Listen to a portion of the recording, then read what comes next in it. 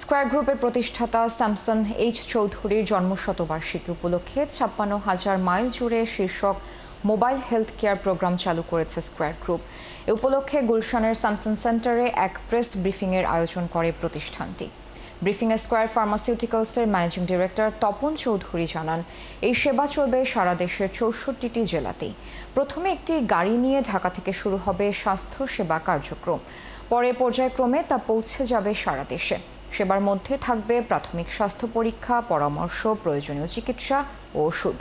সবকিছুই পাওয়া যাবে বিনামূল্যে। এ সময় তিনি সমাজের বিত্তশালী সবাইকে এই প্রোগ্রামে যুক্ত হবারও আহ্বান জানান।